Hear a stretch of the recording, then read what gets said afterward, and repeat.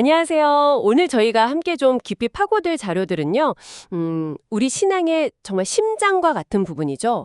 십자가, 그리고 부활의 의미. 네, 또 이걸 통해서 죄를 바라보는 우리 시선이 어떻게 근본적으로 바뀌는지 이 부분에 초점을 맞추고 있습니다. 맞습니다.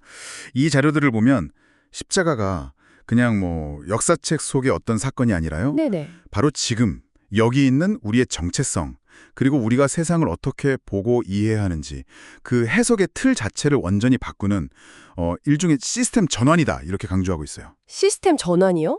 와, 굉장히 강력한 표현인데요. 네. 그리고 부활 역시 마찬가지입니다. 부활이 선포하는 것들을 통해 우리가 어떤 새로운 현실, 새로운 세상 속에 살게 되었는지를 아주 분명하게 보여주고 있죠. 그렇군요. 그럼 그 시스템 전환의 핵심인 십자가 이야기부터 좀 더 자세히 풀어가 볼까요? 자료에서 첫 번째 핵심 의미로 속량을 이야기하던데요. 이게 정확히 어떤 개념일까요? 아, 네. 속량. 이게 비유하자면 마치 노예가 값을 치르고 완전히 자유인이 되는 것과 같아요. 아, 해방이군요. 그렇죠. 우리가 전에는 죄라는 어떤 시스템, 죄의 법 아래 속해 있었다면 이제는 값을 치르고 거기서 완전히 빠져나와서 하나님의 시스템, 하나님의 통치 안으로 소속 자체가 옮겨졌다는 의미입니다. 완전한 신분 변화죠. 소속이 완전히 바뀌었다. 이게 왜 그렇게 중요할까요? 이게 중요한 이유는요. 소속이 바뀌면서 단순히 신분만 바뀌는 게 아니라 세상을 보는 눈, 그러니까 해석의 틀 자체가 달라지기 때문이에요. 해석의 틀이요? 네.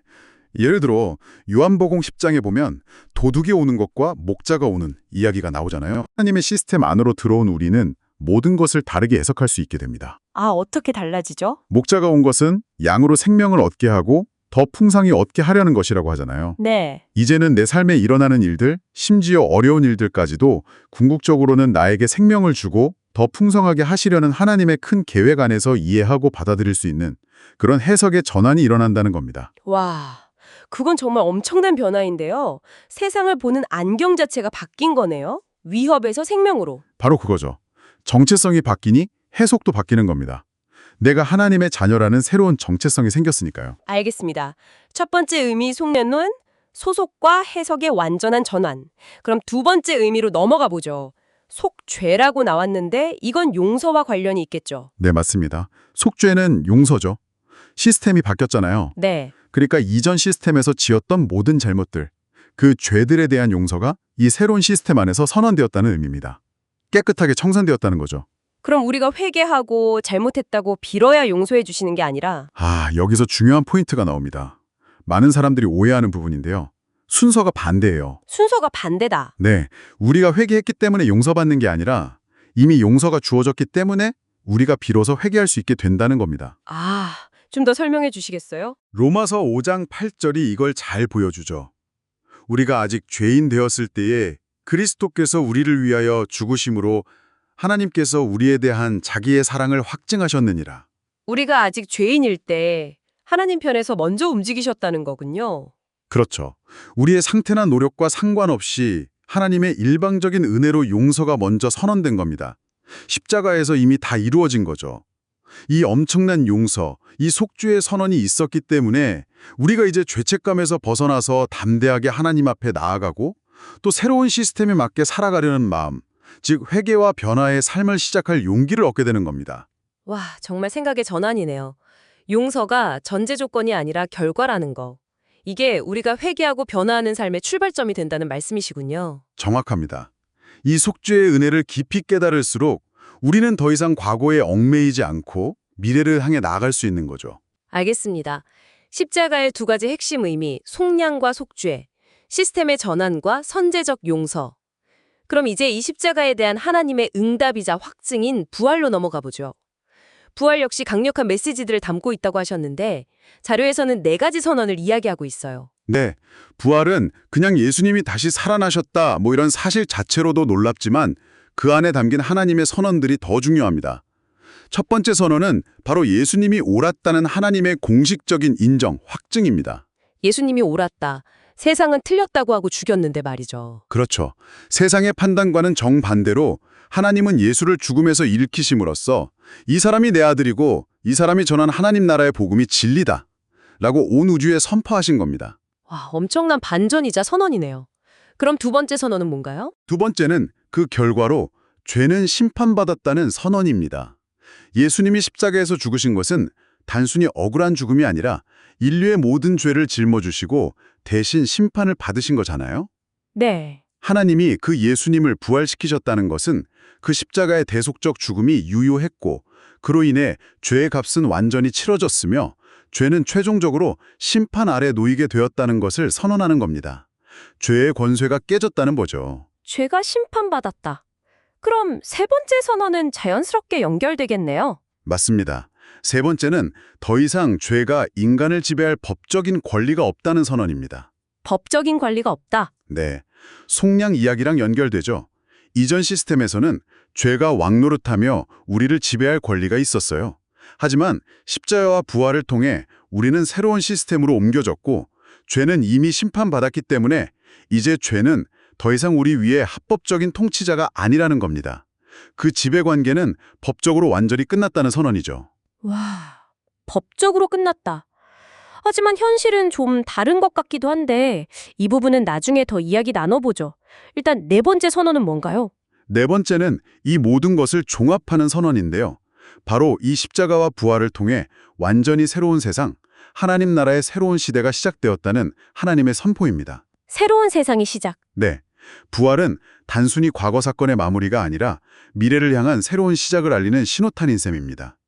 옛 시대는 가고 하나님의 통치가 임하는 새 시대가 도래했다는 강력한 선언이죠. 정리해보면 부활은 예수님의 오름, 죄의 심판, 죄의 지배권 상실, 그리고 새로운 세상의 시작을 선포하는 하나님의 강력한 메시지군요. 그렇습니다.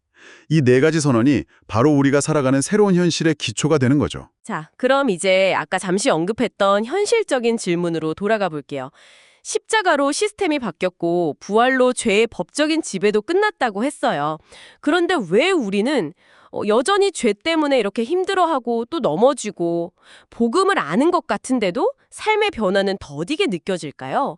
이 간극은 어떻게 이해해야 할까요? 네, 정말 중요하고 또 실제적인 질문입니다. 많은 신앙인들이 여기서 혼란을 느끼죠. 그 이유는 자료에서도 지적하듯이 법적인 관계, 시스템적인 지배는 끝났지만 우리 안에는 여전히 아주 깊숙이 죄의 습관이라는 것이 남아있기 때문입니다. 죄의 습관이요?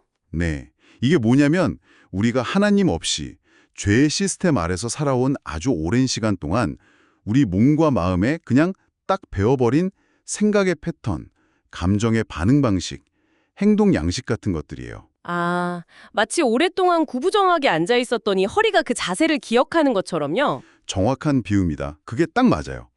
머리로는 이제 하나님의 자녀고 새로운 시스템 안에 있다는 걸 알아요. 법적으로도 그렇고요.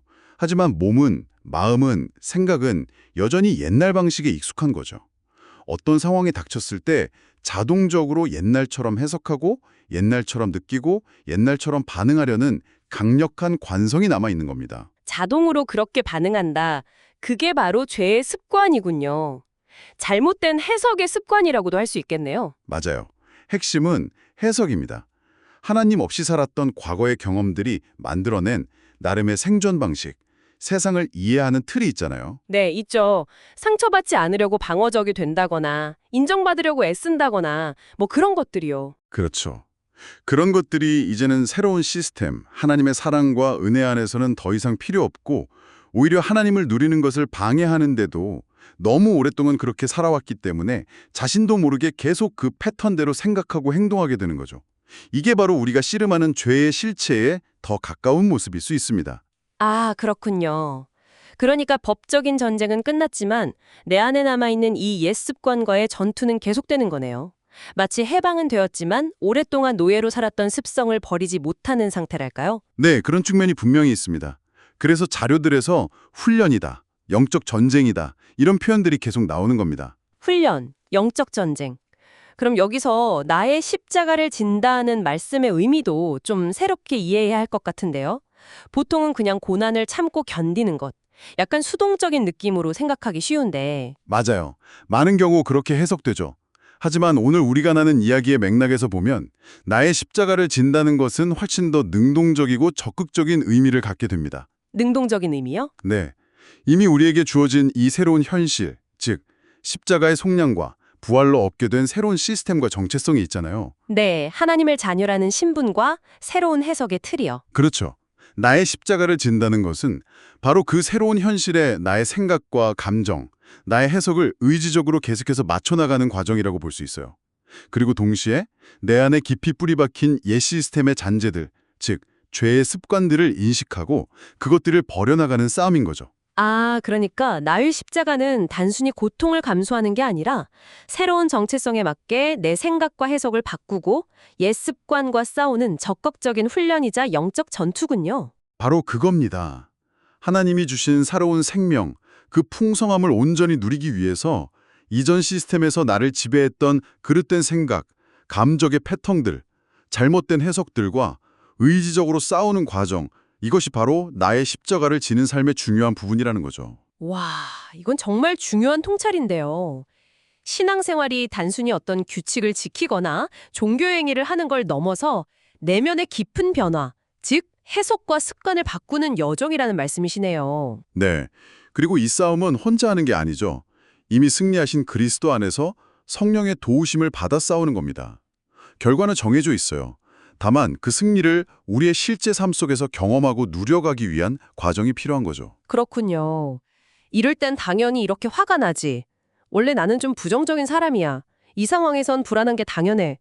이렇게 우리가 너무나 자연스럽게 받아들였던 자동적인 반응들 있잖아요. 네. 그 해석 자체를 멈춰서서 점검하고 정말 그런가? 새로운 시스템 안에서도 이게 맞는 해석인가? 질문하고 복음의 기초에서 새롭게 해석하는 연습을 하는 것. 이게 바로 십자가를 지는 구체적인 모습일 수 있겠네요. 정확합니다. 핵심은 바로 그 해석을 바꾸는 훈련이에요. 어떤 사건이나 감정 자체가 문제가 아니라 그것을 내가 어떻게 받아들이고 반응하는가, 그 해석의 틀을 계속해서 복음의 빛 아래에서 교정해 나가는 것이 중요합니다. 그게 바로 성화의 과정이기도 하고요. 네, 오늘 정말 십자가와 부활이 가져온 엄청난 변화, 이 시스템의 전환에 대해서 깊이 있게 살펴봤습니다. 그리고 그 결과로 얻은 새로운 정체성, 새로운 해석의 틀, 하지만 여전히 우리 안에 남아있는 죄의 습관과의 씨름이 왜 필요하고 그것이 어떻게 하나님을 더 깊이 누리기 위한 여정, 즉 나의 십자가를 지는 삶의 일부가 되는지에 대해서도 명확하게 정리된 것 같습니다. 그렇죠. 이 싸움이 때로는 고되고 힘들게 느껴질 수 있지만 이것이 바로 우리를 자유케 하고 하나님이 주신 풍성한 생명을 실제로 누리게 하는 길이라는 것을 기억하는 것이 중요합니다. 오늘 함께 나눈 이야기들을 바탕으로 이제 마지막으로 여러분께 질문 하나를 던지며 마무리할까 합니다. 네. 여러분의 삶을 한번 돌아보세요. 혹시 유독 반복적으로 경험하게 되는 어떤 부정적인 감정 패턴이 있나요? 혹은 떨쳐내기 어려운 특정 행동 방식은 없으신가요? 예를 들면 늘 남과 비교하며 좌절한다거나 쉽게 분노가 치민다거나 혹은 어떤 상황에서 습관적으로 불안에 휩싸인다거나 하는 것들이요. 어쩌면 그것이 과거의 시스템 속에서는 나름의 이유가 있었을지 모르지만 이제는 새로운 시스템, 하나님의 자녀라는 새로운 정체성 안에서 더 이상 붙들고 있을 필요가 없는, 오히려 바꿔나가야 할 여러분만의 해석의 습관 혹은 죄의 습관은 아닐까요? 네, 오늘 우리가 나눈 빛 안에서 자신의 삶 속에 깊이 자리한 그 자동적인 해석과 몸에 밴 습관들을 한번 주의 깊게 들여다보시는 시간을 가져보시면 어떨까 싶습니다. 그리고 그것을 복음의 능력 안에서 어떻게 새롭게 해석하고 변화시켜 나갈 수 있을지 고민해보는 것. 그것이 오늘 나눈 이야기의 실제적인 적용점이 될 수 있을 것 같습니다. 네, 그 성찰의 시간이 여러분 각자에게 주어진 새로운 생명을 더욱 풍성히 누리는 시작점이 되기를 바랍니다.